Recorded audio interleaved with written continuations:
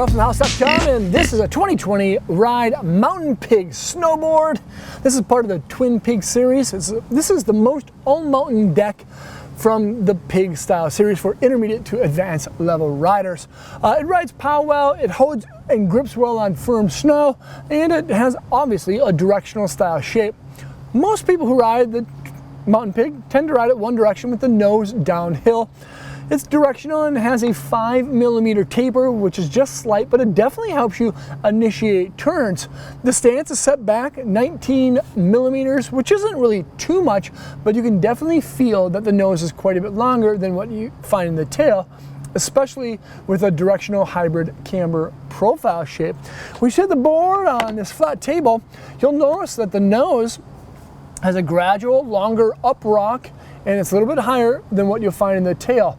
But just in front of that front foot, all the way back to the tail's contact point, the board has camber. And I absolutely love camber because it provides the most stability while it's on an edge, quick edge-to-edge response, and of course, loads of ollie pop in that back end area. Now the MTNPIG will have a stiffer tail than it will have in the nose because of some additional carbon that you'll find in that sidewall. But the feel and flex rating of the MTNPIG for the 2020 season is about a 7, and again, just a little bit stiffer in that back end. Inside is a performance wood core. It's a combination of 3 woods: aspen, which is strong, paulownia, which is lightweight, and bamboo, which has a lot of reactive properties to it that blend and work well with the carbon-infused glass that you'll find on the bottom and the top of the MTNPIG. There's a couple other things that make the board have a good life of energy. The first one is the Carbon Array 5. 5 strands of carbon that start at each contact point and radiate across the board through those insert packs.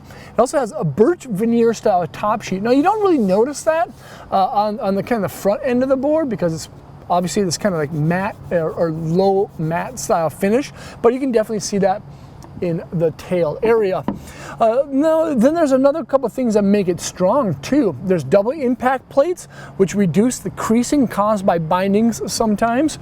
And then there's also the roll-in sidewall, which offers strength without adding a lot of weight. And then there's the sidewalls. Now, I really like what Ride has always done, or seem to always have done, with their urethane sidewalls. They flex the same in cold temperatures as they do in really warm temperatures, but Ride adds in a bit of carbon in that back end to give the tail just a little bit more energy without making it too stiff. The base, of course, is going to be centered, has a good amount of structure to it. Make sure to keep it waxed up and then well brushed out.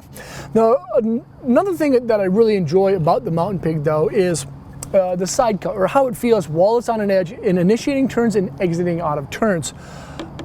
Most people would call it just a progressive Sidecut radius, meaning that it has a mellow in and then pretty explosive out. Ride tends to call it the tapered, linear, quadratic Sidecut, which is like a lot. I don't know why they call it that.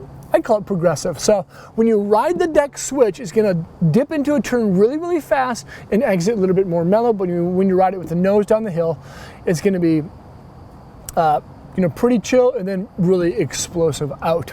I really like the deck. This is the MTNPIG, an awesome all-mountain board.